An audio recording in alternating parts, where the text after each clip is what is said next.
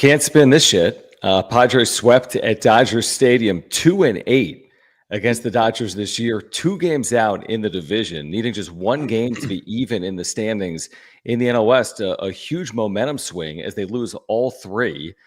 And the Padres lose that momentum heading back home to take on the Giants. And then we'll see if they can do anything against the Dodgers. They have not won a series against the Dodgers in forever. And that includes the 2024 NLDS. So make your way in. We'll react to it all. I mean, certainly the season isn't over, although it did feel like that at times this weekend at Dodger Stadium. We'll see if they can exact some type of revenge this next weekend at home against the Dodgers. But make your way and subscribe. Year-round content for you, as you know. I mean, we've been here throughout the year for you. Shoot, Jim does a members-only watch party last night. All hell breaks loose as they lose 6-0. But we're here for you in season and out of season. Smash the like button for us. Follow us on X, at John Schaefer, at Jim Russell SD. If you want to become a member, we've had so many people become members. We appreciate your support of the channel. We'll get more emojis in here with the more members we get. Click the join button down below. And we appreciate all these super chats. Click the $ below the chat box. We see the first of the night from Ballpark Pretzel. So if you support this channel, if you support our work, if you want to see your comment on screen, click that $ below the chat box. More of the same, Jim. I mean, it's that from 4-0 down to briefly having life for literally 5 seconds. I mean, they tie the game up, and 1 second later, Mookie Betts hits a home run. Like, you had hope for 5 seconds. Like, literally, it was 1 minute. And Darvish struggles, Cease struggles. And the Padres, I mean, it does not give you a lot of hope. Not to not make the postseason. There's 2 conversations here. The Padres will make the postseason. Rest assured. Even with this weekend, they will bounce back from this. They will play better than they did. But you got to play teams like LA, Milwaukee. What if you have to go to Wrigley? Like, it's going to be a very narrow path for this Padres team that did not take advantage of this opportunity this weekend. Doesn't mean their season is over. Doesn't mean they can't win the NL West. But, man, margins have gotten thinner over the last 72 hours. Yeah, you know, going into the series last week, it felt like as soon as they put Michael King on the IL with some random left knee inflammation, it felt like a sign of things to potentially maybe come in that series. Like that was definitely a vibe killer. I mean, this team's a game up on the Dodgers. We're on cloud 9, getting ready. And then at 3:00 on Friday, oh, by the way, Michael King's going on the IL with some random left knee inflammation. Like, the fuck is that? 3:00 on the off day, actually. 3:00 on the off day. Yeah. And then it just spiraled. This weekend for the Padres was flat out embarrassing. I thought they played better today, but the first 2 games of the series, way too many mental mistakes, way too many errors, way too many fundamental baseball plays that they just weren't doing. They were running into outs last night. Dylan Cease, I mean, that was such a pitiful performance from him on Saturday. And you get, shut down on Friday night. You can't score a run. I thought it was a very embarrassing series for the Padres over the weekend. You had all the momentum. Dodgers are reeling, and you let them off the hook, and you completely gave them life and let them back in it. One thing we played on Friday's show that stuck with me after today's game was what Will Smith said after they got swept by the Angels last week, talking about the upcoming Padres series. And he mentioned at the end of one of his answers, yeah, we're looking to sweep them. So their mindset was, yeah, F this. We're going to get right against these guys. We're looking to sweep. That was their mentality. And I just think that the Padres, when they've played the Dodgers recently for the last year, there's a mental block there or something, because the Dodgers just completely own this Padres team. Like, completely own this Padres team. Last time the Padres beat the Dodgers in a 3-game series, you have to go back all the way to last year in May. Now, the Padres did might have been a 4-game series then. The Padres did sweep the Dodgers in a quick 2-game series in July, but when you look at the rest of the series that they played, they lost in the division round. They lost in September. And then, you look at the last time the Padres played well against the Dodgers, we have to go back to July 2024. They just own these guys, and it's not even close. Yeah, none of that mattered. I mean, the mental hurdle matters. I believe the 2024 NLDS matters. I could care less about May, June, August, July. The 2024 hurdle is real. I said it heading into the year. I knew it would be, and it's played out. And I think if they meet in the postseason, to overcome that is to play an additional level. Like, you're not just beating a really good team, you're also overcoming the mental hurdle. Now, listen, I watched 2022 as well. I mean, it's not that long ago. You don't have to go back that far to remember the Padres going like 4-14 or 5-13 in the regular season, and then smoking the Dodgers in the postseason. And they did in 4 games. They won 3 consecutive games in that series. They won it convincingly, and they went to the NLCS. So listen, crazier things have happened. Not just because you lose a season series to someone does not mean you're going to lose to them a guarantee in the postseason. But it's not encouraging, is what I would say. And like, I don't even want to go down this path, but for the people that are saying like you guys are too negative, it's like, how can you not react in real time to what we watch played out? What are you supposed to say? I mean, of course you'll take the step back come Monday when they play the Giants. And if they beat the Giants, of course you'll say they've gotten back on their feet. And of course you're going to look ahead to everything that's still in front of this team. Nobody said the season is over. I literally said it in the first 2 minutes, my diatribe there 3 minutes ago. But how can you not? You should overreact to this. You should react strongly. We said going into the series, we're going to overreact to the results. If they won this series, I would have told you the Padres are a World Series favorite.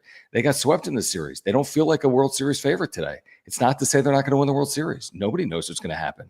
But how can you come out of this anything other than negative? How can you spin this?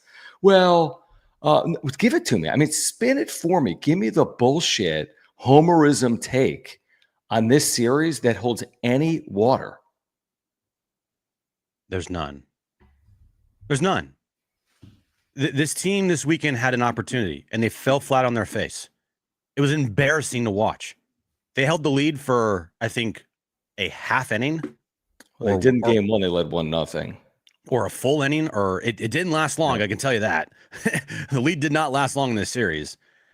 They made too many mental mistakes. It feels, you're right, like the hurdle that they have to get over, it feels against the Dodgers. I don't feel very confident if they meet in the postseason. Let me just tell you that. I don't feel very confident if they happen to face the Dodgers again in the postseason, because right now they can't do anything right against that team. And what you should be is you should be upset. You should be, because you know what? They had a real good opportunity to not make a statement this weekend, but like kind of make a mini statement at least. Right? Like, hey, you go into Dodger Stadium, you are 1 game up on them, you're playing great baseball. They're playing awful. Guess what happened? Script flipped, Dodgers got right, and you fell flat on your face. And not only did you fall flat on your face, you played awful baseball. They played some of the worst baseball they played all year long. Jackson Merrill's dropping balls in the outfield. Dylan Cease is walking everybody. Darvish is giving up 3-run homers. Manny Machado can't hit a blind side of a barn. Fernando Tatis Jr. has 0 pop. And this is not just a recent thing, by the way. Like, 0 pop. Mike Schilt is, not playing Ryan O'Hearn every day and just getting outmanaged left and right by Dave Roberts. It was an embarrassing series for the entire team this week. And I don't care what anybody says. I mean, if you're not mad after this 3-game sweep, like, I don't know what to tell you. Yeah, like, hey, it's just 3 games, but it's not. I mean, it's what it represents. And I said this heading into the series. I said, one of 2 things happens. The Padres continue to steamroll their way towards the top of this division and to a front runner, and they still could, despite these results, or the Dodgers turn their season around, almost like they needed the Padres to play up to their standard. I was hoping I was wrong on that, but I said that repeatedly for 3 straight days. Do the Dodgers need the Padres to get back up off the mat? Almost like they're bored. And now that it's the stretch run, they've decided to awaken. And by the way, I'm watching these 3 games like everyone else is. And we didn't even see Shohei Ohtani pitch in this series, but you're watching Blake Snell, who, again, I don't think was perfect, but got all those outs of the bases that the Padres gifted him. You're watching Tyler Glasnow. Again, he wasn't perfect, but you know what he's capable of. So, like, you think about, like, listen, is the Dodgers bullpen shaky? Absolutely. Did that play out here today? Yes. Did the Padres fully capitalize? No, they were awful with runners in scoring position. Even in the comeback, they wasted so many opportunities today to fully take advantage and take a lead at Dodger Stadium. And here's the other thing. We talked about this off the air. Well, we've talked about this for freaking 2 months, maybe longer. The Padres' lack of slug is damning. It can eventually do them in. For as good as the bullpen is, it doesn't really matter. The bullpen doesn't start the game. You fall behind by a couple of runs against good pitching or good relieving, and you're just like, are we going to run into a ball at any point? I think the only home run in the series is Ramon Laureano. And there's just not enough power within this lineup to, put fear in opponents' minds, is how I see it. And for Fernando Tatis Jr. to have 4 home runs since May 28th, and for Manny Machado to have 1 RBI this month, it's like it went from the most well-rounded deep roster that they've had to like question marks at the rotation. What's the deal with the slug? Stars not being stars. I mean, there's just so many questions. I know it's only one series, but there's so many questions coming out of it. Yeah, and I see people in the chat like, just it's another series in August. Are you serious right now? Because I guarantee you, if the Padres swept the Dodgers, you would not be saying it's another series in August. So do whatever but you know what? Look, do whatever you need to do to make yourself feel better. I'm just giving you my opinion, and John's giving his opinion, and our opinions are that was not good. We are not 120 games left in the season here. We're like less than 40. Okay.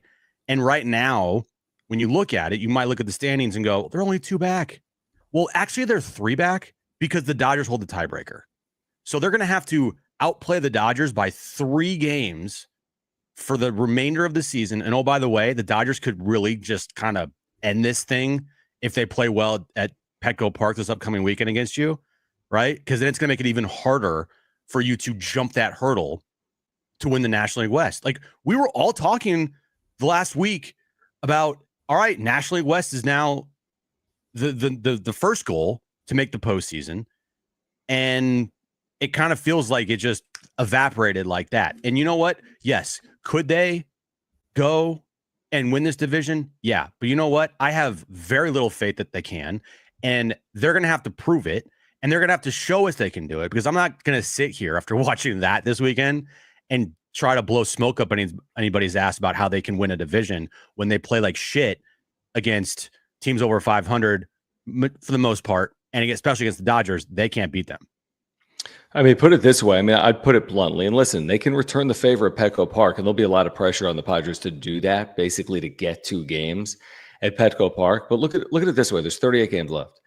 The Padres have to go 23-15, and the Dodgers have to go 20-18 in that hypothetical for the Padres to win the NL West. The Padres have to go 23-15, and the Dodgers would have to go 20-18 for the Padres to win the NL West. As in, the Dodgers don't have to play incredible baseball unless the Padres play incredible baseball.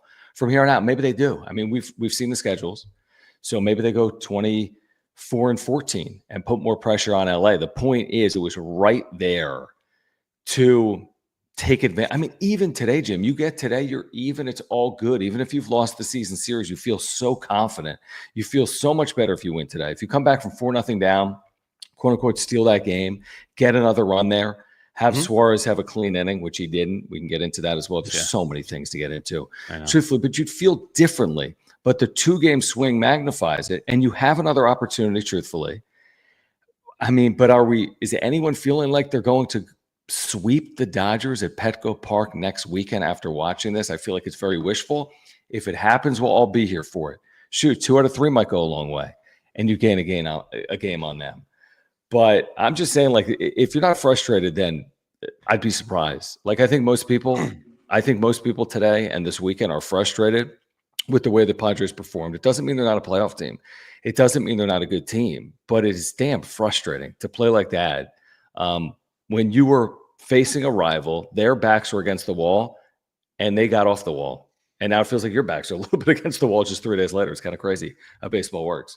Yeah. I mean, apparently Faulty Sport doesn't really care all that much. He's not upset at all. Everything's just fine. The 2 seed, by the way, just to let you guys know about this right now, if you think the 2 seed's like completely out of play, you're dead wrong, because they're only 2 back of the 2 seed.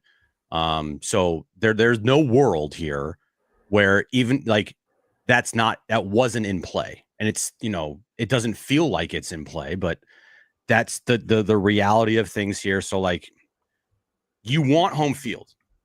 And yeah, you want to win the division. I think the division is something that, after last Wednesday, this team was, called them moral.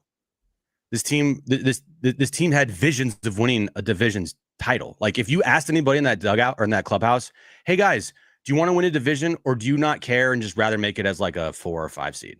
They'd be like, no, we want to win the division. Of course. They're not sitting there like Faulty Spork in the chat, kumbaya and being like, you know what? Who cares? Wild cards are only wild. We just want to get in as a wild card. If we're a 4 seed or a 5 seed, it's fine. It's so much better. So much better than winning a division.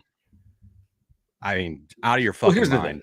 Here's the thing. It's not worth overreacting to because I would say this, like in terms of like any individual person watching here live on replay, because I just put the poll up, Jim. I said, do you think we're overreacting to the sweep? We have 300 votes. 81% say no.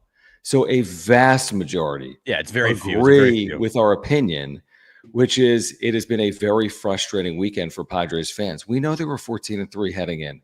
We know they had taken over first place for 48 hours, as if it mattered, in the middle of August. But now they'll have to get back off the mat, so to speak. Yeah. And that's Monday. Like there's no hangover here.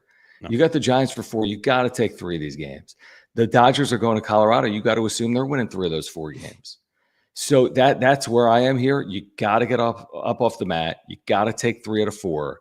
And then hopefully you give yourself a better chance next weekend where you are at home. You've been a damn good home team, one of the best in baseball. Dodgers have been a damn good team at home, among the better teams in baseball now after sweeping the Padres. So listen, I think I'll feel differently if the Padres take 3 out of 4 from the Giants heading into next Friday, if the separation is a game or 2 in the division. I'm just telling you how I feel right now.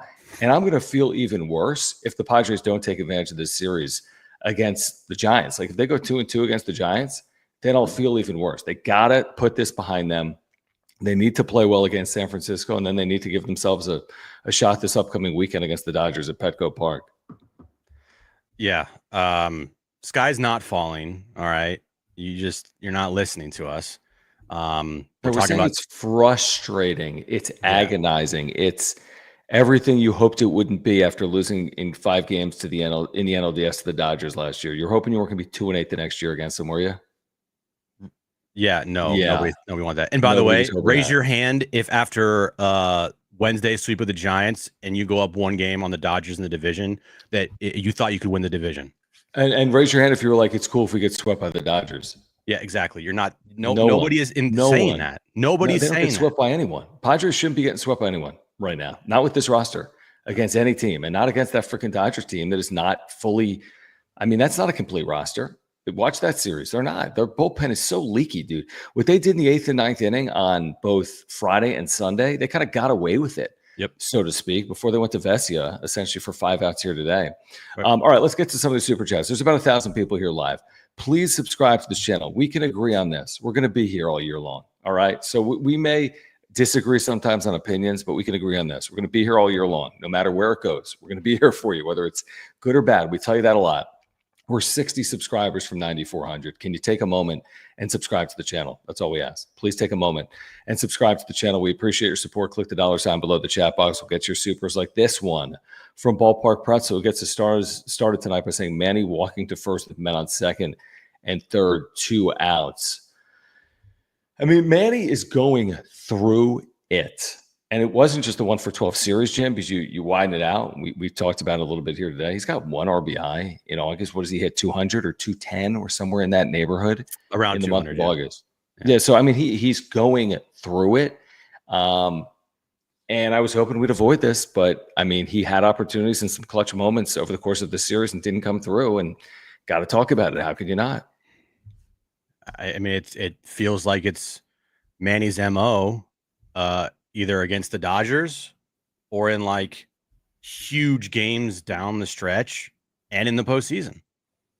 Like, I'm not saying Manny's not clutch. He's had many clutch moments in his career in a Padres uniform. But when it comes down to against the Dodgers or in the postseason, he's been flat out awful, like MIA. And once again, this weekend, completely MIA. Now, it's not like Ohtani had an amazing series either. I don't think Ohtani did much, right? No, not really. A lot of walks, a couple of base hits, one on Friday, one today. That's how I recall it. Right. And they, up and down their lineup, like Freddie Freeman had the 3-run homer today. Teoscar Yep. Hernandez had 2 home runs. Blake Snell pitched pretty well. Trying to think of whoever, Andy Pajes continues to tell Mike Schultz, shut the fuck up, and just completely clown him at every chance he possibly gets for, when Mike called him out. It's still the bottom of the Dodgers lineup that's really punked the Padres. But all in all, it's you're looking for Manny Machado in these series to come up big. And it wasn't like he didn't have any opportunities to do that. No, he had a lot of opportunities. I thought he had an awful series. Like the play that he didn't make on, was it Friday night when he dropped that ball, that bunt, and then just going 1 for 12 in the series. Another moment today, multiple moments today, doesn't come through, strikes out to end the game.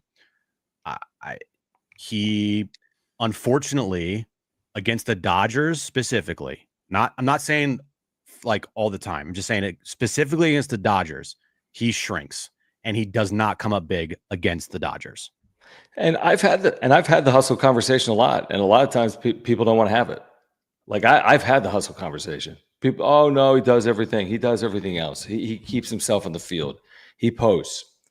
People don't want to have the hustle conversation. So you tell me when you want to have the hustle conversation. I mean, Ballpark Pretzel wants to have the hustle conversation. I get it. It's easier to do when a player isn't playing well or jogs down to first, which he routinely does, by the way, winning or losing, hitting or not hitting. But it's accepted for whatever reason. It's fully accepted. Jesus, thank you, man, for the super chat. He says it's like reliving the 2024 NLDS. Also, LA less hits. Yeah, how about that moral victory? The Padres out-hit the Dodgers in this 3-game series. Jim, did you realize that? I'm sure Faulty Spork in the chat is elated that the Padres out-hit the Dodgers in this series. Moral victories for Faulty Spork all night long. Five hits. Like 5 wins. That's they almost had 5 wins this weekend because of that. Wow. Gio, who I think is a Dodger troll, says, hi, Jim. Do you writers down Will's comment about the sweep on that piece of paper? Is that English? All right, here's the thing. We have a lot of Dodger fans that watch our channel and troll me, and I literally could care less. If you're going to troll, and I respect the troll because I troll as well, please spell your words correctly. Yeah, just go to like ChatGPT and be like, clean this up for me. Because right now, I mean, Dodger fans already have a bad rep in the first place for being illiterate and stupid and annoying. But if you're gonna troll me, you gotta make sense, dude. Please make sense. Make sense. I can't stand when a Dodger trolls me and I can't understand what they're saying because they don't know how to spell basic words. So please, if you're gonna troll, spell the words correctly. But keep clicking the $ below the chat box as well. JD Goucher, thank you, man, for your support of the channel. He says, X, Manny, and Toddy want to combine 5 for 34 this series. Jesus. Yeah. With one RBI. A sub 200 Michael Conforto went 3 for 8 with 2 RBIs. That ain't going to get it done versus LA. I mean, and I'm watching the series. I said this Friday night, Jim. You might have said it yesterday. This is no playoff atmosphere. There's no one there. I mean, it was a comical crowd today, right? There's 20,000 people in the building. This is not a playoff atmosphere. This isn't everyone on their feet getting loud. This isn't some hostile environment. It's not. I don't care what anyone is going to tell me. So what? Manny Machado gets booed. That's the price of doing freaking business. That's sports. So what? Fernando Tatis Jr. got booed. Guess what? Padre fans are going to boo the Dodgers at Petco Park. That was the least hostile environment you could possibly play in with first place on the line, and they still swept the series. So it's like this wasn't some ridiculous environment to be a part of. It just wasn't. This was not some playoff atmosphere. They just choked under not even the brightest of lights. They just did not play the baseball we've seen them play a lot in the second half of the year, just like they didn't play the baseball we saw last year in 2024, the final 2.5 games of the postseason. But that's such a lame excuse. We said they choked last year. And now I'm saying they choked this weekend. And what am I going to say if they lose to them in the postseason this year? Oh, well, they choked. So, I mean, what kind of excuse is that? I I mean, it's the only excuse. I mean, what other? I mean, they played when you play like they played this weekend. What's the explanation for that? After coming off a 14-3 stretch where they looked really, really, really good. I Other think the than explanation is like getting small, like tail between your yeah, legs, not being up for the moment, mental hurdles. Like yeah, the idea is that like the Dodgers are in your head and you've only self-fulfilled that by your play. right, 100%. They are telling everybody with their play that the Dodgers are in their heads. It's like as clear as day. I mean, Dylan Cease, that place is a house of horrors for him, man. He's awful there. I mean, what happened in the postseason last year in Game 1 at Dodger Stadium, combined with what happened against the Dodgers in Game 4. I mean, I know he pitched well against them one time this year. He did. Matt Dave Petco, he punted did. the game in the 6th. But you know, this I guess, series this weekend. This was a bigger series than the last time you faced the Dodgers. Would you say not? I mean, the Well, pressure is 100%. I mean, we're getting on. later in the year, man. I mean, Yeah, August, Matt, yeah, all the games are worth one, right. but you can't tell me when divisions are on the line like September 20th. It doesn't have more, it's not more under a microscope than April 19th. Right. The later you get in the year, the more is on the line. Yeah, I consider this weekend series like almost like a playoff series. Even though you're right, the atmosphere at Dodger Stadium was horrific. I mean, I couldn't Dodger believe fans, it. like, be ashamed of yourself. That was an awful showing from you guys this weekend. That was bad. But yeah, I mean, this was a huge series, and next weekend's going to be a huge series, and they shrunk. I mean, they just, you're right, tail between their legs, played awful this weekend. And now it's like after the 3-game sweep here, is the division still in play? Obviously, yes. They're 2 games back, and crazier things have happened. It's not like they went from 5 to 8 or whatever. It's like they're still in play in the division. It just makes things way more difficult now to get there after this weekend. Completely in play. It's completely in play, but you feel like it might not be because you've seen head to head what these two teams look like against each other. Mm-hmm. Mathematically, you're a day away from beating the Giants and the Rockies having some dumb inning at home, and you're 1 game back. I mean, the Dodgers got swept by the Angels days ago. So, of course, the division is in play. Right. It just feels like it's as far out of reach as it's been in a little bit. That's what it feels like to me. And of course, it's in play. It's absolutely in play, but they're going to have to play well. I mean, I think it's as simple as that to win the division. JD Gacho, thank you. He says, no excuses. Dodgers put Muncy on IL too. Next man up. I mean, was Muncy yeah, even I mean, having a good, like, I don't know yeah, if Muncy was on fire or anything. I think the Dodgers had played well with him in the lineup because they put it up on TV. Like their offensive production was better with him, and their record overall was better in terms of winning percentage. But yeah, whatever. Teams deal with injuries. I mean, the Padres are, like we've talked about with Michael King, he's thrown 2 innings in 3 months, and they've been a good team by and large over those 3 months. But I got serious questions about this rotation, dude. With the King knee, whatever, neck pain. Yeah. I'm sorry. Like, I know Darvish retired the last 8, 9, 10, 11, whatever he did here today. I'm sorry. You have no faith in him pitching against the Dodgers or the Brewers, the Cubs. I don't. Dylan Cease, I have no faith in a big game. So now all of a sudden it's like Nick Pivetta, come on down and go 7 shutout innings in game 1, and then let's pray we can get it back to you for game 4. And so, you know what I mean? Like, all of a sudden it got super thin, super quick. Yeah, it just kind of illustrated and made things feel more dire than maybe it really is this weekend with how the rotation was, but still you lined it up and you had King, Cease, and Darvish ready to go. And then all of a sudden King gets a fucking bum knee out of nowhere and they put him on the IL the day before the game. And then, you can't do jack shit on offense at all. Your stars shrink in the biggest moments. Fernando Tatis Jr. can't hit a home run if his life depended on it. And Manny Machado had an awful series, and he's played poorly in the month of August. I think, and it's the takeaway from me in this series, there's a couple, but like it's something that's been happening all year long. and we mentioned it, like this team has no slug. They have no power. None. And when you can't hit with runners in scoring position, look at the Dodgers. They had how many hits this series? 15.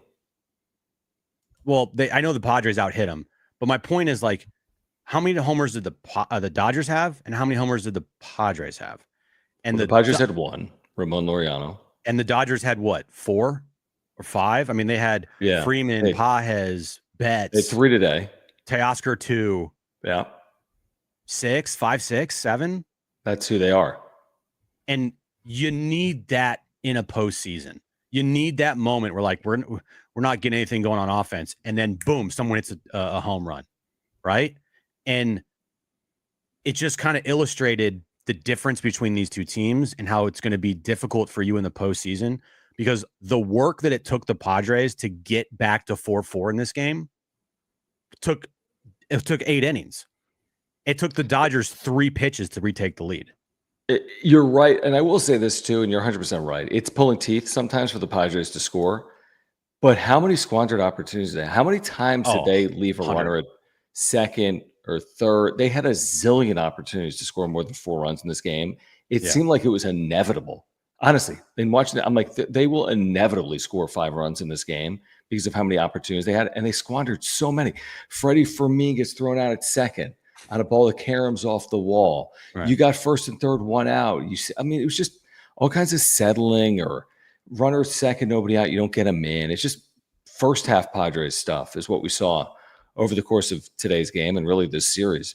Vector, thank you, man, for the super chat. He says Smith was a prophet saying they would sweep the Padres. I honestly thought that was going to be ammo for this team. Some terrible management play this weekend. Let's get into that. Let's get into the Mike Shildt conversation on the other side, and thank you, Vector. We'll get back to this exact point on the other side. I do want to thank, though, our title sponsor, Mark Nimitz of Farmers Insurance. Guys, if you're here, please subscribe to this channel. We can't do it without your support. We can't do it without the support of our title sponsor, Mark Nimitz. He's been with us for 4 years on the wrap-up show since we launched this thing. So thank you, Mark, for your longtime support. If you have an insurance need, trust us. He's going to be there for you. I've got 3 insurance policies through Mark: homeowners, life, and earthquake.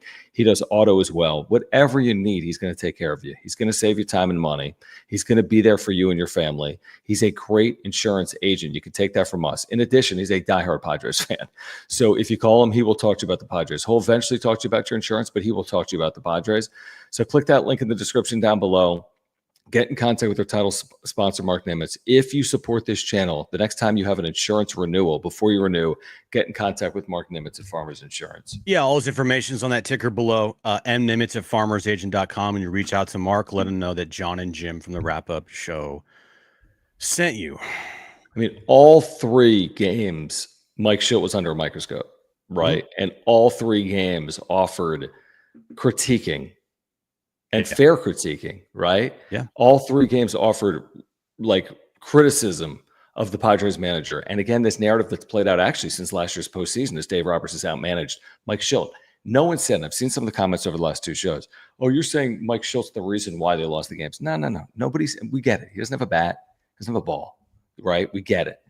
But he's paid to put his team in the best position in game, right? I mean, part of the job is in-game managerial decisions, and by and large, he's done a good job, in my opinion, over the 2 years he's managed here, but not his finest hour, and especially when teams are losing close games like the Padres lost a couple of times on Friday and Sunday, you just can Monday morning quarterback the thing to death, whether it was some of the decisions he made Friday that we laid out ad nauseum today. I mean, Robert Suarez enters this game in a tie game in the 8th inning.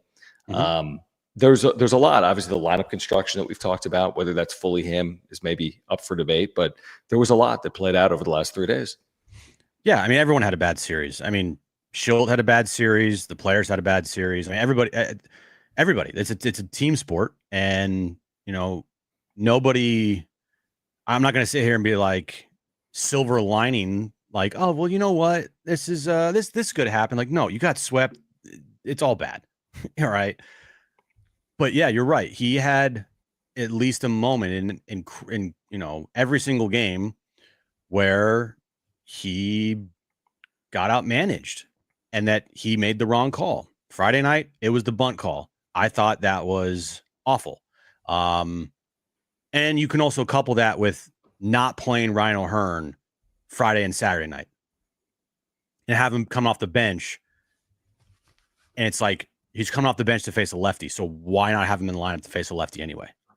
Doesn't make any sense. I'm only partially there. Again, I don't care about Saturday because I don't think O'Hearn saves them. No, I don't think he Dylan does Cease, either. but it's just like the thought process going into games. You're like, I just don't, that's what I don't get. And then last night, I understand you see the paper in front of you and you say, okay, here are the numbers. Will Smith, he's not been good. Blake Snell on the mound. We can run on these guys. Let's be aggressive. And you steal twice in the first inning, you get thrown out both times. So what do? You continue to steal, and Will Smith continues to make you look like an idiot. And you don't challenge a safe. I mean, you don't challenge when a runner's safe. He was safe. Manny was safe, and he didn't challenge it. And then today, having Robert Suarez in the 8th inning, scratched my head at that one.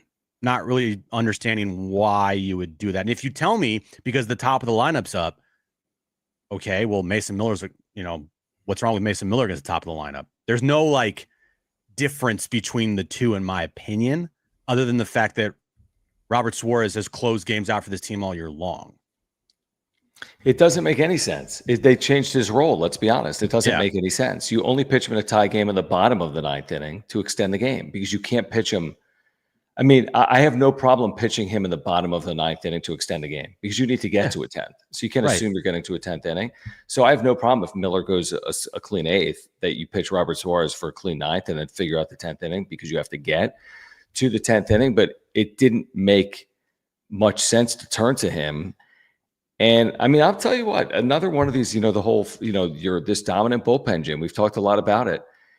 It hasn't been utter shutdown like insanity, right? Friday night, Jeremiah Estrada allows a home run. Did he not? Mm-hmm. Tonight, Robert Suarez allows a home run. Did he not? I mean, this idea that you're just going to win every 3-3 game, you're going to hold every 3-2 lead. It's already played out like 5 times that has not happened. So again, these guys are good. Make no mistake. I think Suarez of the 5 is the least trustworthy, and that's why it's very odd to me. He's actually their closer.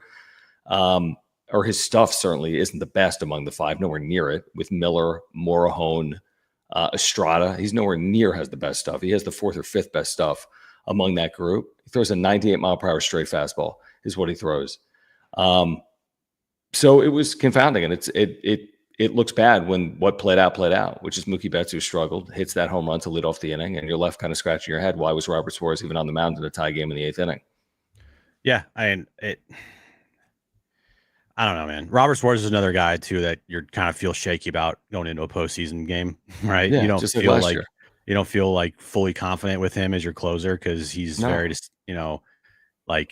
fastball happy and shit like that could happen in a postseason game.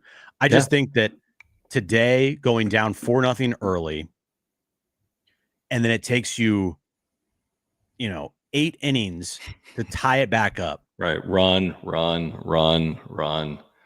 And then 3 pitches after you tie it up, you lose the lead.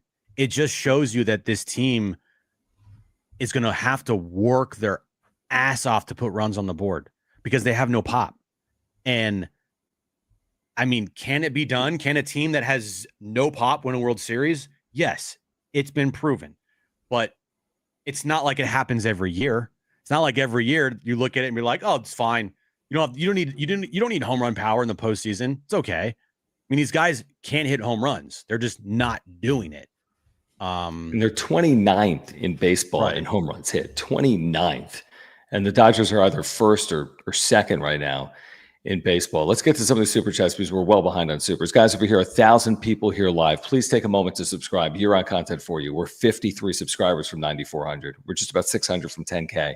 Really appreciate your support. Please take a moment to subscribe whether you're here live or on replay. Thank you for the super chats and the super thanks and the memberships as well if you want those emojis and badges. Let's get to this from Rocket, who says, this was a litmus test and they failed miserably.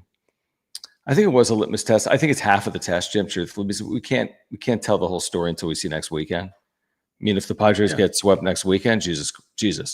If they sweep, the whole story changes. If they take 2 out of 3, people are going to feel way differently. If they take 2 out of 3, you're going to feel a lot better about this team. But we don't know what's going to happen. They could sweep. They could get swept. They could win 2. They could lose 2. Yeah. We'll know more in a week, and I'm fine with that. But I think some of tonight's show and the whole point of the wrap-up show with the reaction is, how can you not be angered and frustrated based on what you saw this weekend? This isn't about next weekend. Next weekend's about next weekend. And we'll talk about next weekend. This weekend was never about next weekend. It wasn't like we can get swept here because we still have next weekend. No. This weekend was about this weekend. They failed this test. Now we'll see if they can succeed next weekend. Yeah, I mean, we react to these games. All right. Did we once say tonight that the season's over? Now, do we joke about it? Like, yeah, but that's what we do. Of course, we're joking. We're joking and we're sarcastic. But if you guys, and there's a good amount in the chat, if you expect us to come on here after the way they played this weekend, and to do this every time, by the way, because this is what some people want us to do, John, not have a reaction to the game, not have a reaction to a series, and have a reaction once the season is played out. They want us to go like post-game wrap up, just reading the box score and playing the highlights with no opinion. So you're in the wrong place if you are looking for something else, because my job is to react, and I'm reacting to this weekend, and this weekend was a failure. That does not mean I'm saying the season's over. That does not mean I'm saying that they can't win a World Series. I'm just saying this weekend was embarrassing, and it put you a little behind the eight ball, and now it made your job harder to win a division. Definitely. And I feel like no other way you could look at it unless you are, I don't even know. But I mean, it's unless you're I respect, like you said, and this has kind of been the premise of the show since day one. We're going to be honest, which means some days you're going to absolutely be enamored by what we're saying, and other days it's going to maybe rub you the wrong way. But I can't be truthful and honest and come on here and be like, this is no big deal. I wouldn't overreact to it. In fact, I wouldn't even react to it. It's a long year. Padres are fine. They're well equipped to handle the Dodgers moving forward, even though they're 2-8 this year and 2-10 dating back to. I mean, you can't do that. Like, I don't think Padres fans deserve it. I think this fan base is too good to go through that song and dance. And that song and dance will exist Monday morning. That will exist Monday in San Diego. People will be excusing it away. It's a road series. It's tough to win at Dodger Stadium. Wait till they come to Petco. We're going to get them, right? You're going to hear all of that. They're only 2 games out of first place. But I mean, you guys, there's 3.3 million Padres fans at Petco this year. Padres fans have been, we've talked about the sellouts. I mean, Padres fans are running circles around basically baseball, and that would include Dodger fans in terms of attendance. We don't need to go through that whole exercise again. But the point is, Padres fans are too passionate, too knowledgeable, too good to be lied to. All right. Let's just tell it how it is. When it's good, it's good. When it's bad, it's bad. When it's in the middle, it's in the middle. But that's kind of the point. And anyone that thinks this is anything other than bad is doing circles. You're playing tricks on yourself if you think this is anything other than a bad weekend for the San Diego Padres. David, thank you. Says, I'm starting to wonder if this is why the Cards let Schilt go. Bring Scott Service in. I apologize for my emotional overreaction. LOL. Schilt's fine. Schilt's going nowhere. And he was not let go. It was like, who even knows what happened? It wasn't because of win-loss. It was because of like organizational philosophy, which is very odd with someone like Mike Schilt. It's definitely an odd situation, but Mike Schilt's going absolutely nowhere, no matter how this season ends, assuming they're in the postseason. Obviously, Mike Schilt will be back in 2026. Yeah, there's not going anywhere. Now, I mean, again, I think this narrative is one that, again, the managers aren't playing, but I think it's at least a fair narrative. I don't fully disagree with it. The whole Mike Schilt outmanaged by Dave Roberts again narrative is, how could you disagree with that take after what happened last year in the postseason? I know Mike Schilt wouldn't have scored runs for him in the final 24 innings, but I also know that Mike Schilt's pitching to Shohei Ohtani with 3 and 4 run leads last year in the postseason. So, I think it's a fair take. I really do. I mean, the results have to matter. And when the Dodgers win the World Series, it has to matter. If Dave Roberts would have been out that in the NLDS, Jim, he's out of a job. Mm-hmm. But guess what? He wasn't out. So the results are going to have to matter. And that's how I see it. He's 2-10 against Dave in his last 12 games played against him. It's not great. That's not good. And there's been a lot of moments in those 12 games where Dave has won up to Schilt in like a big way. Right? I mean, even the meet me outside stuff, you got to make someone pay for that on field. But when you don't, who's the one that gets the last laugh? It's Dave. It goes back to the pitch and Kike Hernandez. But they then won the next game and they won the series. So it's hard to be overly critical. They punted on a game in the 6th inning. Well, yeah, but it worked to their advantage the next day. Right. So it's just, again, if you want to make someone look bad, you got to do it on field. You know what I mean? And they haven't been able to do it. They have not been able to do it on field. Some of the extracurricular stuff, the Dodgers have looked like shit with some of that stuff. But they get the last laugh. The sinister sling, they look like idiots. But they won the games. So nobody's going to remember it any other way. Quan, appreciate you, man. He says, King's injury set everyone back. I remember a year that the Dodgers dominated the Padres. Then the Padres beat the Dodgers in the 5-game series. Yeah, 3 years ago, 100%. They didn't need a 5th game. They won in 4. It's a sport. It's possible. You know, I mean, I'm not going to sit here and tell you right now if the Padres play the Dodgers in the postseason, I'm going to come on here and be like, no shot. There's no chance I would do that. But it just doesn't feel very good based on the way they're playing right now. Yeah, I just like, if this continues and they play poorly against the Dodgers this upcoming weekend, if they were to face the Dodgers again in the postseason, other than 2022, which is now 3 years ago, what would give you any hope that this team could beat this Dodgers team this year, other than drawing back to a situation that happened 3 years ago? Different. You're saying different time. It is. I agree. Completely different. But I do think it proves the point that it is possible. Right. It a does team prove that the point that dominates it's possible, another can but spin it. But it also, you know, it's the theory of like tricking your mind because you want to believe something. And for me, it's like, I got to see it. Because I if they face the Dodgers again in a postseason and they continue to get punked by the Dodgers this upcoming weekend at Petco Park, there's going to be nothing from this year and dating back to the postseason last year that will lend me to think and believe that they can get past the Dodgers unless I see it happen. And I hope I would be proven wrong, because I can't just like honestly sit here and be like, you know what? Actually, I found a couple of reasons why the Padres will beat the Dodgers, because I thought that this weekend.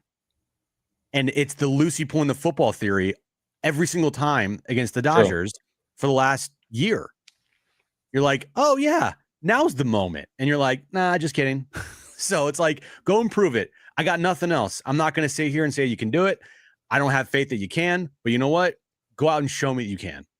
That's it. That's a good way to put it. That's a good way to put it.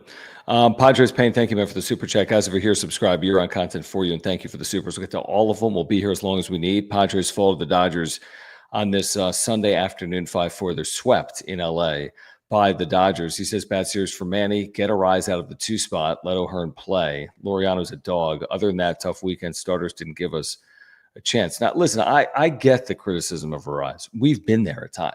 I mean, we are not Mr. like apologist for the whole career of Luis Arizar's entire time here.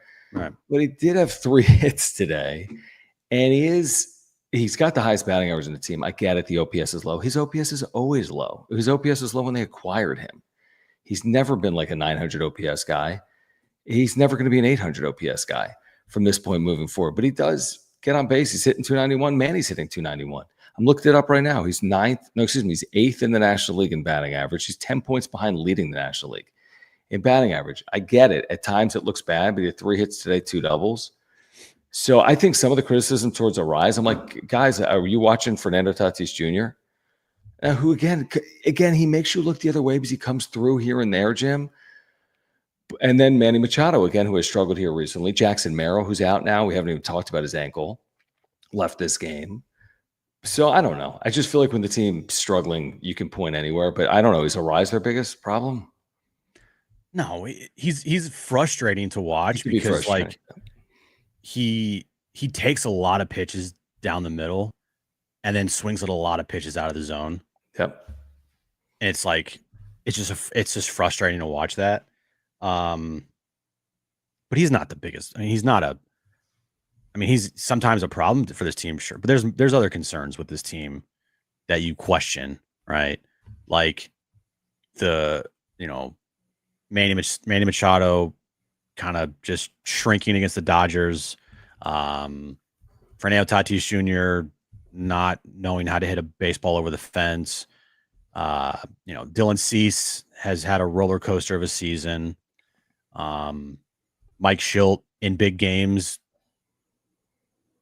kind of an adventure, right? So yeah, I mean, a rise isn't like I'm not sitting here being like, get a rise out of the 2-hole. Like, Schultz not going to do that. He's too stubborn. He's going to keep his guys where his guys have been all year. He's a big stickler on the same thing over and over and over and over and over again. Can I just make this point as well? And I do think it's fair to say that O'Hearn hasn't had the opportunities that he has probably deserved based on the acquisition at the trade deadline. Mm-hmm. And sometimes you don't get chances, you don't obviously perform at your best. And I know the sample size is small. Is all the clamoring for Ryan O'Hearn a little bit overdone? Well, I mean, he hasn't hit. Now it's a small sample size. He did hit in Baltimore. His numbers against left-handed pitching are not good. Now, he does have a home run against a lefty here. He had not homered all year against left-handed pitching. So I get it. It's not like some of these guys have hit left-handed pitching. But, like, is some of it a little overdone? I mean, you're not putting, Manny Machado on your bench. I think Ryan O'Hearn's had a nice year, but I don't know if we're making him out to be a little bit more than he really is. I'll say this. And by the way, his lefty and righty splits aren't that far off from each other. Against lefties this year, he's hitting 267 with an 812 OPS. Against righties this year, he's hitting 275 with an 820 OPS. Okay. Well, okay. I think the reason why, and I say it a lot, and you see it a lot on social media, and you see it from the fans, this clamoring to get O'Hearn in the lineup every day is because he's a rental and because they traded for him. And why trade for a guy to put him on your bench and then have Jose Iglesias, who has a 590 OPS, in there every other day? And I get that he's been theory being Iglesias should hit left-handed pitching. Well, he does have okay numbers against left-handed pitching, but the theory is you traded for Ryan O'Hearn, who was an all-star this year, to improve your lineup. Why isn't he in there every day?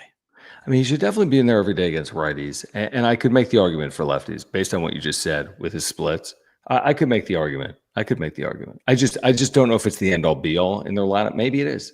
I don't know is kind of my point. He had the big moment. He had the home run in Arizona, which was a big moment. So take nothing away from that. And maybe it's because he hasn't gotten the regularity, but it's not like it's clicked as of yet. Maybe it will with regularity. And by the way, we are 53 minutes in here, and we haven't mentioned that Jackson Merrill might go on the IL tomorrow. Well, I just did, but you weren't listening. Oh, I wasn't listening. I was looking up stats, but yeah. Sorry. Yeah. No, Jackson Merrill, like his snake bitten season continues. If he goes on the IL tomorrow, didn't look good after he twisted his ankle. Of course, he twisted his ankle getting out of the box. So that's going to force Schilt to play O'Hearn every day, is my guess. Good point.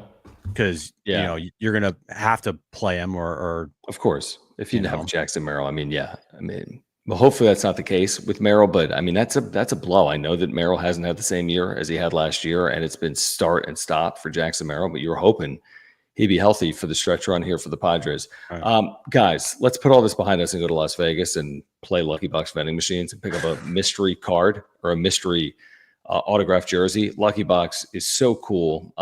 Click the link in the description down below. Go to luckyboxvending.com. Find out where these Lucky Box mystery vending machines are. And it's so fun. We went up to one in Vegas in July, and out pops out of the Lucky Box vending machine. I chose sports cards. You can choose Pokemon cards, sports cards, or autographed jerseys. And then you put the credit card up to the machine, and out pops this box. And in my box, a signed Fernando Tatis Jr. card. Now, when he signed this, he may have signed away his ability to hit a home run, but he did sign this card. And we were so stoked when this card came out of the Lucky Box machine. They've got some really cool deals with some of these athletes, like Somebody recently won Fernando Tatis Jr. autographed game use cleats, which is unbelievable. They've got like autographed Lionel Messi cards. There's some unbelievable products in these machines throughout Las Vegas and Chicago O'Hare and JFK. They're coming to San Diego. I think they're coming in general to Southern California. And here's the deal. We got an offer for you. If you see one of these machines, use the promo code Padres and get $5 off. All lowercase, use the promo code Padres, get $5 off. Check out a Lucky Box vending machine near you by going to the website, by clicking the link in the description down below. Yeah, and join the Golden Ticket Club at luckyboxvending.com. All you got to do is sign up using your email and your phone number. It's free of charge. Once you do that, you get insider perks, early location drops, and exclusive giveaways. It's free, no cost necessary. Just sign up using your email and phone number at luckyboxvending.com or just scanning the QR code at a Lucky Box vending machine anywhere in the country, or if you're in Las Vegas. Did you buy this? Thank you to Slick Rick. And guys over here, subscribe. You're on content for you. Please subscribe. Take a moment right now to subscribe, and thank you for the supers. We'll get to all of them here tonight. Do you buy this? Thought process for this year. We had Dodgers number last year. They won it all. They have our number this year, ... Because what were the Dodgers against the Padres in the regular season last year? 5-8? Padres won the season. Padres won the season series, but then they lost 2 or 3 heading, in the final week of the season. Okay. Yeah, I think, yep. But the Padres are 8-5 against the Dodgers in 13 games in the regular season. Yeah. Okay. So, I mean, sure, but still, this year, I'm talking about just this year. All right. This year, the Dodgers own the Padres at this moment. Yeah, I agree completely. I'm not going to disagree with that. So, and last year when it mattered, which is the postseason. Exactly. Toasty, thank you, man, for the generous super chat. He says, thanks for being here for us. Absolutely. Does it feel like Schild is a player's manager to his own detriment by letting the starting AL All-Star DH sit on the bench against lefties? So we were just talking about this, so it's on cue. I mean, I'm fine to have the conversation. I get it. I mean, I think Jim's argument was a good one. I'm just posing the question: is it slightly overblown, his role in their overall success? I mean, to your point, Jim, I mean, they were 14-3 before this whole, free Ryan O'Hearn, so to speak. And O'Hearn wasn't playing every day when they were 14-3, But I like think about this. If you get into a postseason series and there's a lefty on the mound, are you really going to sit Ryan O'Hearn and play Jose Iglesias over him? It's a good point. Probably not. I wouldn't. Probably wouldn't. Okay, well, if you're not going to do it in the postseason, why aren't you doing it right now? I don't know. Is that a Mike Schilt relationship thing? I have no idea the reasoning behind it. Is it an analytic thing? Is it a front office thing? I have no idea. I think Schilt is a pretty by the book manager. And he bases a lot of his decisions off of like numbers and analytics and matchups, right? I don't find him to be this very like go with my gut type of guy. Do you? No, not really. Yeah, I think he is like, he's a stickler to like, these are my guys. We've been doing it this year. We're gonna plow through. We're gonna get on the other side of this, and we're gonna be better. But we're gonna stick with what we're doing. We're not gonna overreact to anything. And for the most part, he's been proven right. But there are moments in big situations, in big games, where he chokes. I mean, he crumbles, and it's in like big moments. And so like it's a concern in a postseason series, Mike Schilt. Yeah. I thought he was last year. I would agree with that. Yeah. I would agree with that. Like, but all these guys are. That Dodger fans would have told you the same thing about Dave Roberts for most of his tenure.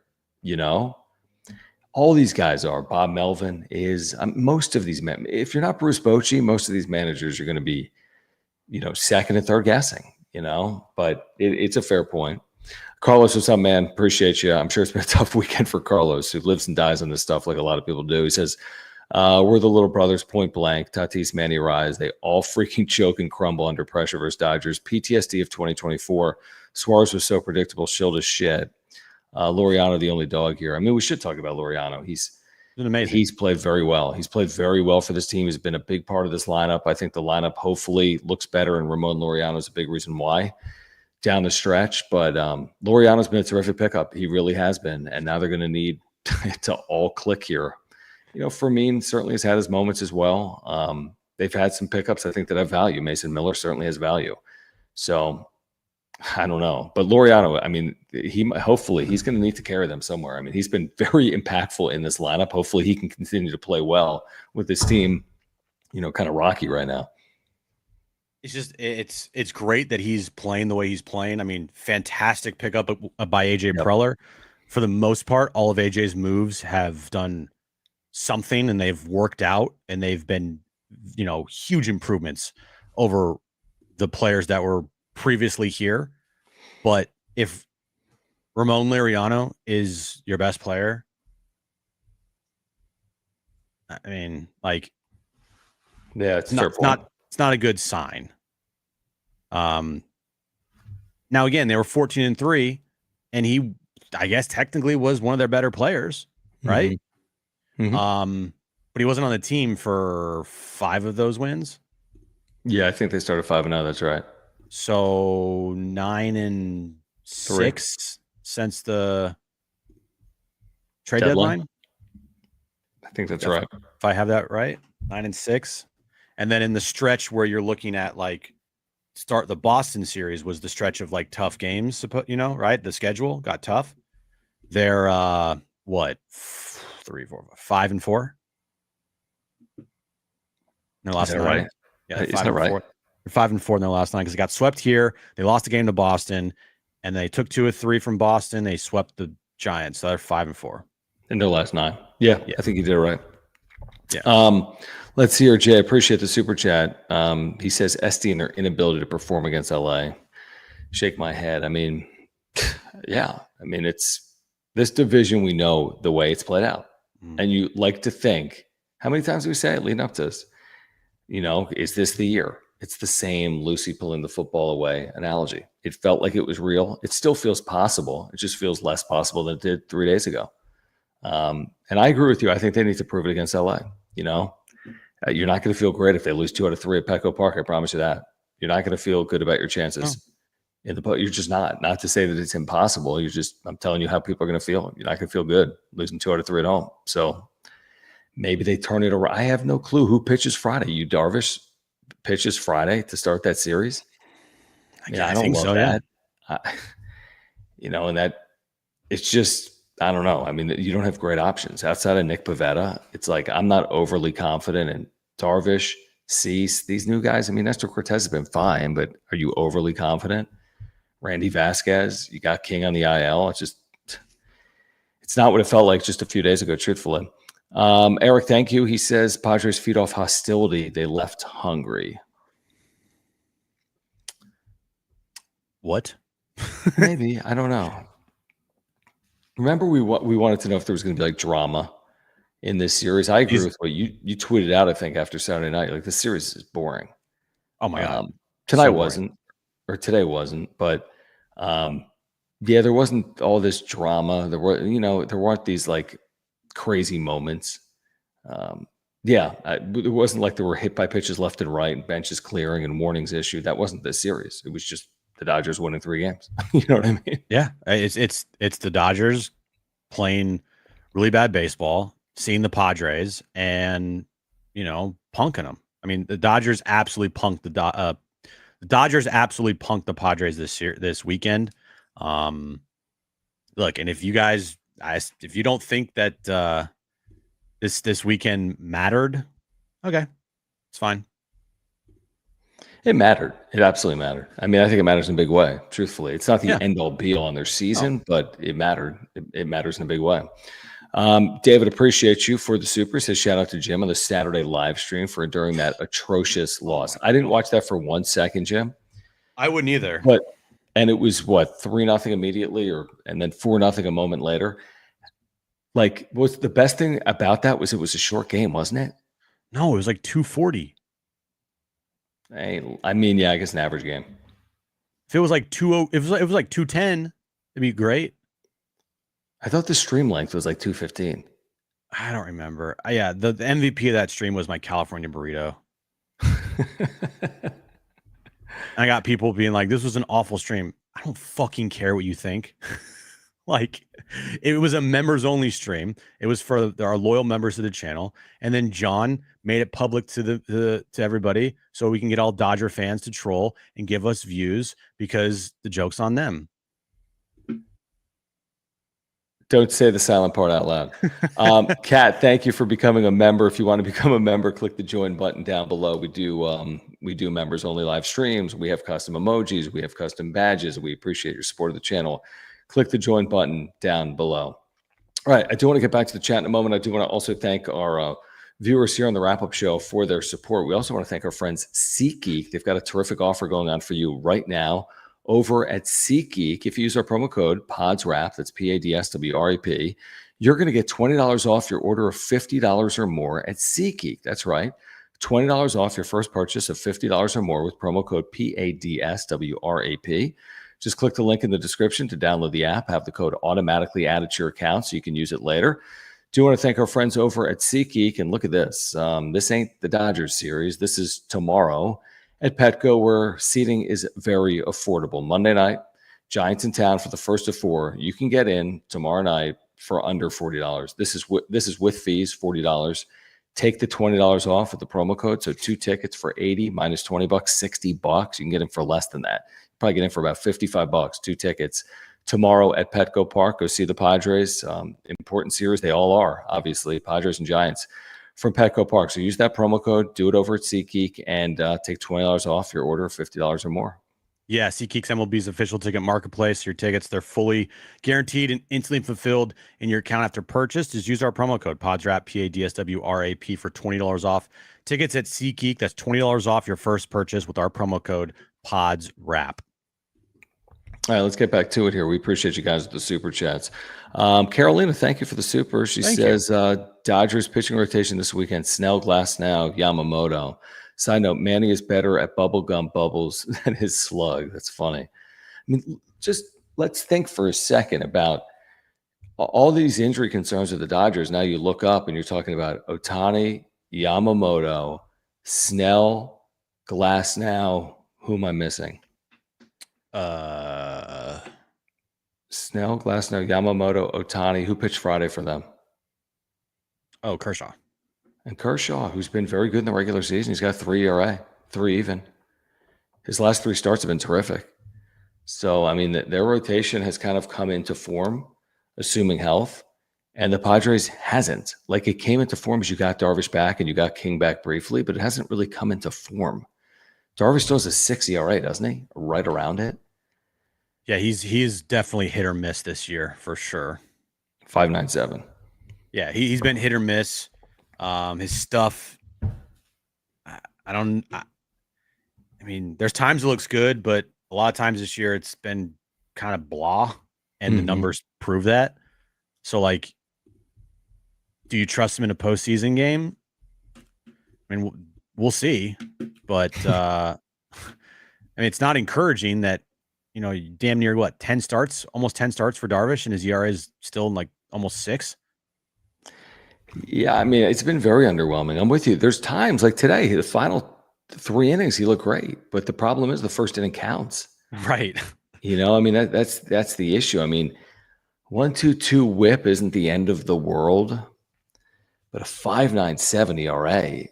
I mean, I don't know fully what to make of that. We could say, well, he's rounding into form the first 2 or 3 outings.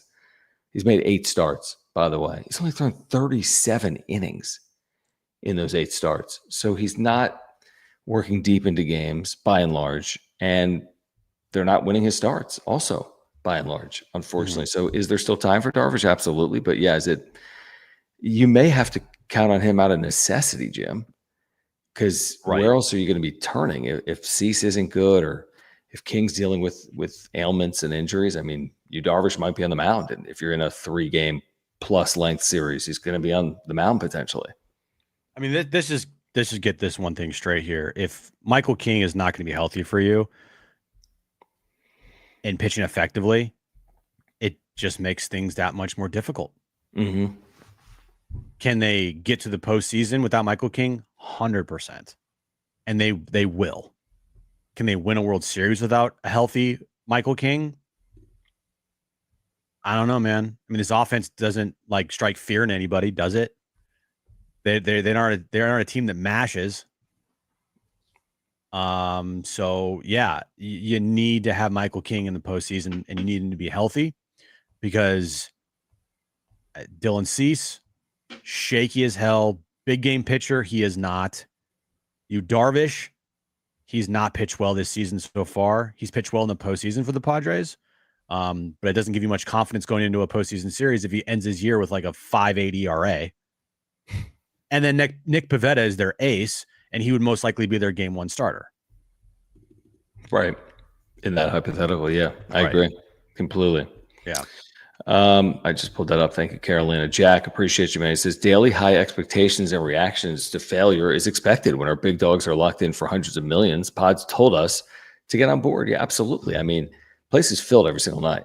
You know, it's going to be a Monday night against the lowly Giants. And guess what? There's going to be 42,000 people there tomorrow night. So, like, yeah, the expectations are high. I mean, truthfully, the expectation is to like get to a World Series or win one. Is it not? Like, what's your expectation if you're watching this? Expectation of losing the wild card round? It's a good year. Expectation to lose in the NLDS? Great year. Or is your expectation to make a run with a 33-year-old Manny Machado? You know, I mean, how many more chances you get with Manny? Seriously, as Manny being a key piece of your team, how many more? 2? Because 3 years from now, he's 36. Like, he's not a key integral piece in a lot of hypotheticals at the age of 36. I think he is now and hopefully moving forward for a couple of years, but it's going to be harder to sell me on that when he's 36, 37, 38. So it's time. It's time. The expectation should be high and the disappointment should be real, just like the highs should be high when they're playing well, and they were. So when the highs are high, the lows are low, and that's how this weekend feels to me. Dude, if your expectations not World Series, I mean, I don't know what to tell you, because opinions change, expectations change, and once they went all into the deadline, guess what? That was AJ Preller telling every single one of you the expectation is to win a World Series. And if they don't win a World Series, they will miss out on their goal, and it will be deemed, I'm not going to say a failure of a season, but like, if you said it was a failure of your season, I probably wouldn't argue you. I probably would not argue. That's kind of where we're at right now. That's why this whole notion of like, oh, well, you know, coming into the season, no one expected the Padres to be close in the division, so it's fine if they're a 4 or 5 seed. Expectations change, opinions change, and the expectation after the trade deadline went from just get to the postseason to win a World Series. And then when you got a game up on the Dodgers, then the expectation changed again to go for the division. I agree. And sorry to cut you off. I just put a poll pinned at the top of the chat that says, what are your expectations? And it says World Series. That could be make or win, whatever you feel about it. But then I put championship series, divisional series, make the playoffs. Because that's a big difference between making the playoffs and making the World Series or winning a World Series. I mean, there's so many rounds now in Major League Baseball's postseason. Dylan, appreciate you for the super. Dylan says, need Laureano leading off. Want him with the most possible at-bats and give the lineup a spark. 0 homers from the 1 through 3 spots this month. Holy shit. That's insane. I thought Arise had homered at some point this month, but maybe I'm incorrect. Maybe he hit some balls off the top of a wall. But wow, if that's accurate, which makes sense because Tatis hasn't homered and Manny hasn't homered. So if that's accurate, that's a long time. I mean, tomorrow's August 18th. This ain't August 5th. So that's a long time. I tell you what, man. Fernando Tatis Jr. better have a big postseason. Yeah, we said that. Yeah. He better have a big postseason. And he very well could, because he's done it before. He has a track record. But if he ends the year with like 20 home runs, shit, I don't even know if he's going to get to 20 home runs. It's insane. Like, what's he pacing for right now? He hasn't had a home run in like 100 plus plate appearances. If you use the May 28th pace, he's pacing probably to hit another 2. So it's 19. But if you use the pace for the year, he's pacing for more than 20. Just say he hits 21. Yeah, say 21. That's fair. 21 homers. How many RBIs does he have right now? Like 49, I think. 49. He had one today. 55 RBIs. He's up to 50. He should have more than 55. Let's say 60. Oh, really? I mean, he should have 10 in 38 games. He's at 50 and 100. I mean, the pace would tell you 10 more in 38 games. That's a quarter of the season. Okay, fine. 21 homers, 60 RBIs, and an 810 OPS. It's 805 now. 805. All right, 805 OPS. 21 homers, 60 RBIs, 805 OPS. Yeah, I don't want to hear about take his defense out of play here. All right. Yeah, that's super disappointing to me. You say, well, he's among the best outfielders in OPS. He walks a lot. Yeah, stop. The reason why the whole shit with Juan Soto was stupid, you're like everyone was complaining about him walking. Why aren't you saying the same thing about Tatis? And by the way, everyone complaining about Juan Soto walking, he also hit home runs and he drove in runs and he had a 900 OPS. So don't give me that shit. All right. Yeah, Tatis is walking. He's getting on base. Yeah, he is getting on base.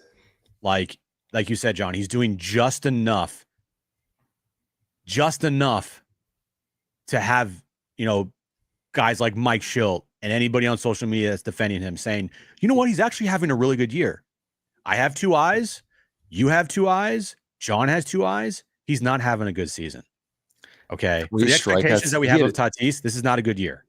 He had an awful strikeout in this game. He had 3 strikeouts overall. He had one where he's like just the most awkward swing you've ever seen out of him. I just think something about him at the plate is just off. Now, again, he's had those games where he'll have a couple of doubles or come through with a base hit like he did here today. I mean, again, a 266 batting average isn't the worst thing in the world, but how you can go this long without hitting home runs is almost impossible to imagine. It's almost impossible. This is an impossible scenario for me to envision playing out, Jim, when I watched him the first month of the year. Literally impossible I know. for me to envision this. He's playing every day too, so it's not even like he's injured. Yeah, my mind wouldn't even allow it to wrap itself around the idea that he could hit like 10 home runs the first month and 20 for the year. Like, that's not even possible for me to comprehend. Let's see here. Eway, thank you for the super. He says, why Iglesias over Crone? I don't think they are. I don't think Iglesias is over Crone. Jake Cronenworth is a Mike Schilt guy. Yep. He's good. Mike Schilt's going down with the ship with Jake Cronenworth right next to him. Yeah. He ain't platooning Cronenworth with Iglesias. No. Oh, yeah. I don't know if that's the question or not. I'm with you. I mean, Crone's an everyday player for this team. Yeah. Whether you like it or not, he's an everyday player. Right. He plays every day.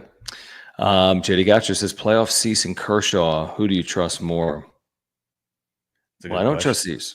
I don't trust Cease at all. So probably Kershaw. I don't trust Cease. Even though Kershaw can be awful. Yeah. Yeah. I mean, it's a fair question, but I really don't trust Cease. Let's see here. Brench Toast. Thank you, man, for the super chat. He says, as much as it sucks, we just got swept. The next series versus LA will really define this team. I'm not too worried right now, but if we lose or get swept again, then I'm concerned. It's an interesting way to look at it. It's like, okay, if they bounce back next weekend and win a series, then is all this concern for naught? If they bounce back next week, let's say they take 3 out of 4 from San Francisco. It's a big if.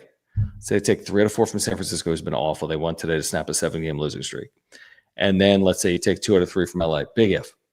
But the Padres at home have the second best record in baseball, I think. So you're going 5-2. And now all of a sudden you are 74-57.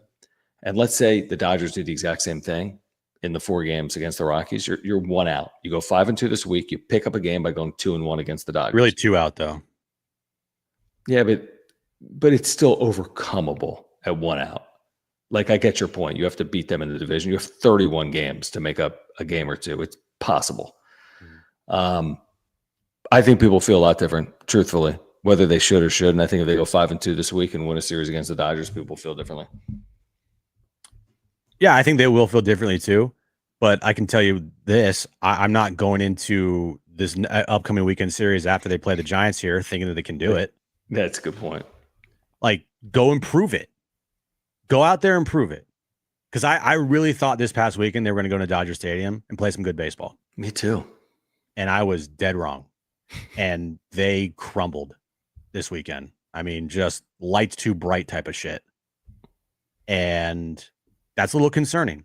Now, does this weekend concern me about like their chances to win a World Series? Like, I mean, there were still concerns a little bit, right? But they can beat, the Phillies or, the Cubs. I mean, it's gonna be difficult.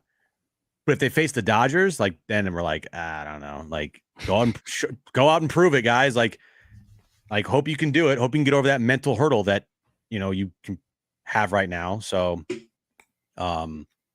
it's almost impossible that they would meet. By the way, that we're getting way ahead of ourselves, but just FYI, it's almost impossible doing the math on it. It's almost impossible they'd meet before the championship series. Because straight up, hey, dude, you know what? Faulty Spork, stop having a loser mentality, bro. I mean, God, you're so fucking annoying tonight, my guy. Just chill out, bro. God damn. Just the most annoying person in our chat tonight. Not even close. Like the most annoying person in the chat tonight. And it's not even close. Congrats. He takes the top spot in the annoying banner for the day. But think about it. If the winner of the division is a 2 seed or a 3 seed, and the loser of the division is a 4 seed or a 5 seed, they can't play in the wild card and they can't play in the divisional series, and they can only meet in a championship series. Just food for thought. And they'd have to win those series. They'd have to win those series. So that means the Dodgers would have to win series and the Padres would have to win series for that collision course to actually exist. Just food for thought. They're not going to. There's a low likelihood they would meet right now in a wild card round 3-6 or in a divisional round because of how seeding would have to play out. Thank you for the super chat. Appreciate you, man. This is hi, I'm Morgan. Appreciate you, Morgan. Says Tatis needs a sports psychologist, to be honest. Vibe has completely changed. Doesn't look like he's regularly having fun anymore. Just sad to see. I mean, we've heard this take on Tatis before. It doesn't seem like that's always the case to me. He makes a big play in the outfield. He's smiling. He's, I don't know, personable. But some of that stuff, Jim, remember the dancing in the outfield and the jawing back and forth, for better or worse. Maybe it wasn't good in the 2024 postseason, the way it ended. But to that point, I'm not talking about sports psychologists, but has his temperament, a personality, or on field, like, does he look different? Probably, even since last year. That's probably true. Like, where's the Tatis that we saw in the postseason last year at the start of the season? Like, he has it in him because he showed it in September and he showed it in the postseason, and then he showed it at the start of this season, and then it's just like poof, gone. Like, what? Like, where did that guy go? And it's I mean, you can tell me that he's having a good season all you want, and you can show me his F4, and you can show me all these numbers and whatnot. Like, I watch the guy every day, and he's not the same player. His F4 is literally carried because of his defense. It has to be all defense. And by the way, his offensive F4 is good because he gets on base and it rewards you for getting on base. But as far as who Fernando Tatis Jr. is, he's not that guy, or at least like what we want him to be and what he has shown he can be and what he's paid to be. He's paid to be a guy that's a top 10 player in the sport. He's not even a top 35 player in the sport. So, like, where did that guy go? It's concerning. If he doesn't show up in the postseason, then it's like, what happened this year? Was he hurt? What was going on with Fernando Tatis Jr. this season? If at the end of the year he totaled 23 home runs in regular season and postseason combined, I think it's a great point. That would be pretty concerning if it wasn't an injury. Like, if they at the end of the season go, he was fine, because we've asked Kevin this multiple times, is he hurt? And we've asked like in 20 different ways, and he said, I've talked to multiple people, because it's something that Kevin has been trying to find out, like, what's going on with Fernando Tatis Jr. And he's like, I've heard from like 5 people in the organization. Nothing's wrong with Tatis. And by the way, they actually think he's having a great year. I'm like, okay. Yeah. Well, I mean, name the player. Here's what I would just say. Tell me this. Name the player in baseball history that's gone to start their career 969, 937, 975 OPS, and then goes 771, 832, 805. Name the player. There have been players that have had one great year and then not been that player. There's probably been players with 2 great years and then not been that player. What 26-year-old doesn't get close to matching the numbers that they were when they were 20? Going backwards. Supports players through ages 25 through 29, raking. The stars of the sport that are up at 21, that have the career arc of like future Hall of Famers, absolutely mash in their mid to late 20s. Yet Tatis mashed when he was 20, but doesn't when he's 25. He's I mean, there's not a lot of examples of that in the history of the sport. I'm sorry. There's just not. I don't get it. I don't understand it. And I can't support the glazing of Fernando's year because it's not like this great season. I mean, let's be real here. He did not deserve to be an all-star. He even thought so himself. So if anybody gets like triggered by me saying that, Fernando booked a trip during the all-star game because he even thought he wasn't going to be an all-star. Okay. His power is completely zapped. And yeah, he plays phenomenal defense and right, probably the best right fielder in the game defensively. He's terrific. But is he paid to play exceptional defense and right? Or is he paid to fucking mash and hit 40 home runs for you and be a top 10 player in the sport? Oh, that's right. He's paid to do that, not the latter. By the way, real quick, the 205 votes, Jim, and the what are your expectations? And the leader in the clubhouse out of World Series, Championship Series, Division Series, or make playoffs is make playoffs. The leader? Yeah, it's not close. 48% say their expectations are make the playoffs. 35% say World Series. 8% say Championship Series. 10% say Division Series. That's your guys' expectations, is just to make the postseason. How many fake accounts did Faulty Spork make to vote for that? Might be Dodger fans in here too. Probably that too, yeah. Ezekiel appreciates you. Says, man, I miss the Tatis that played at short every day, makes spectacular plays and hits bombs. Since he moved to right, he has lost his aura. It's so sad. I don't know if he's lost his aura, though. Like Jim just said, he's this brilliant right fielder. As far as outfielders go, you can't ask a player to do more. He goes over walls and brings balls back. Robin home runs. He's done that. He just made a brilliant sliding play the other day that nobody makes. Nobody makes. Yeah. So I don't know if he has to be an infielder to have aura around him, but he does seem to be. I mean, the funny thing is that some of it might be tied to going from infield to outfield in terms of his persona. Although I don't think so, because last year in the postseason, he showed off some of that persona he showed us when he was a younger player. Nobody can answer it. That's the amazing thing. Is it health? Is it off field? Is it between the ears? Is it batting stance? Is it like, what the hell is it? Nobody knows. That's the thing. Yeah, it's frustrating to watch because and it's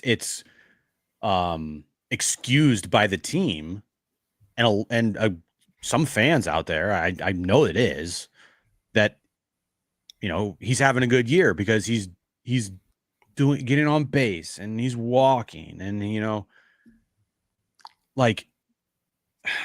I would rather have him. I would take away 15 walks that he had this year and have those be home runs. I don't like the walking part of it.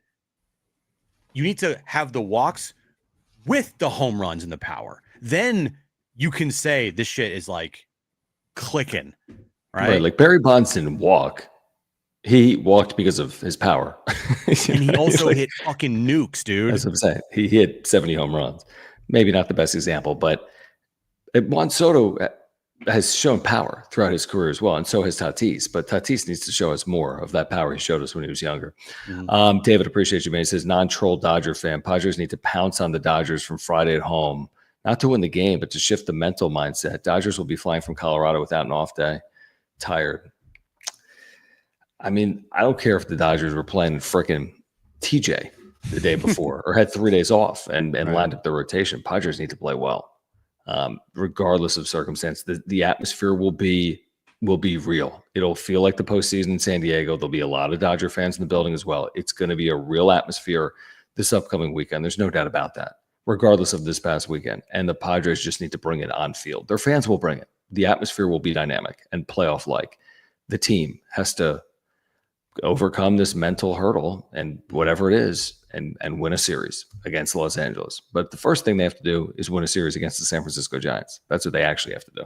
Right. We kind of skipping over that point, but we're just, you're right. The weekend series here at Petco Park will actually be good crowds, unlike Dodger Stadium. It will actually be a full house, unlike Dodger Stadium. It will be a playoff atmosphere, unlike Dodger Stadium. So hopefully that lifts the Padres up, and they've played really well at home this year. So that's another thing that, hopefully can happen. But still, they took 2 out of 3 from you at Petco last time they played at Petco Park. So I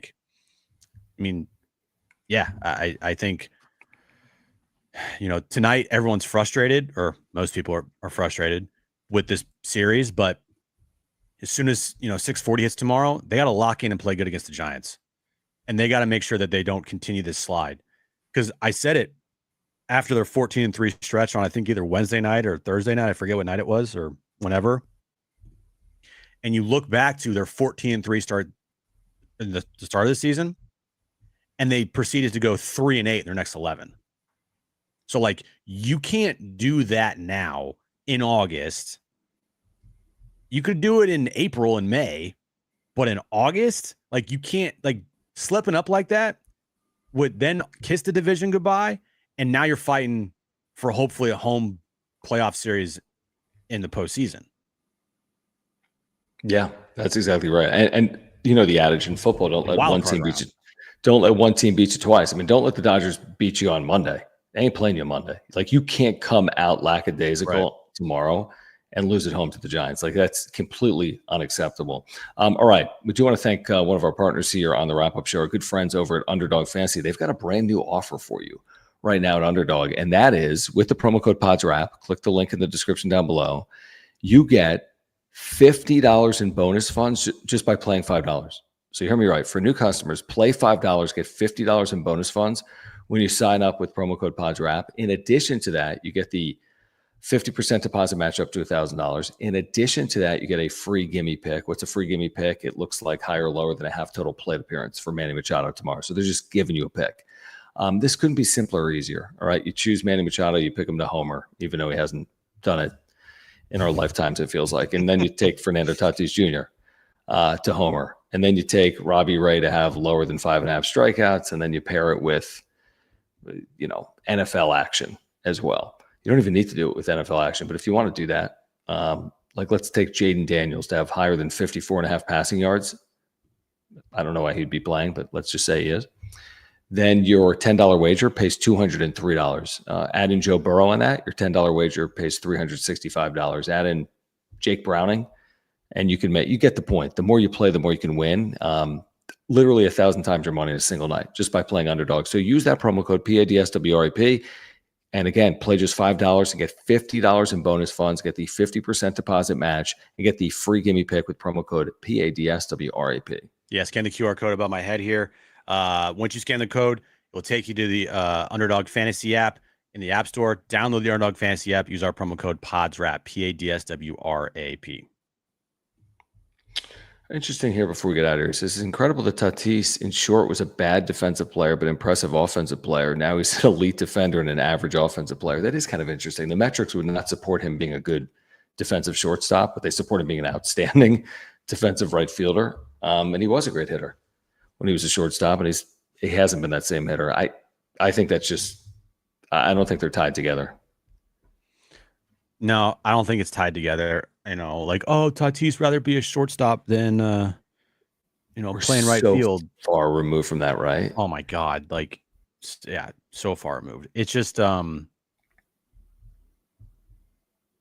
unexplainable. I mean, it's kind of explainable, but it's also kind of jarring that he has turned into this guy when he was a completely different guy. And it all changed after his shoulder surgery and his PED suspension. Right? So like you are led down that path that he created for himself, by the way. So I'm not saying anything here that's like wrong or bad because he's the one that did it to himself. He lied to the team. He got suspended for PED usage.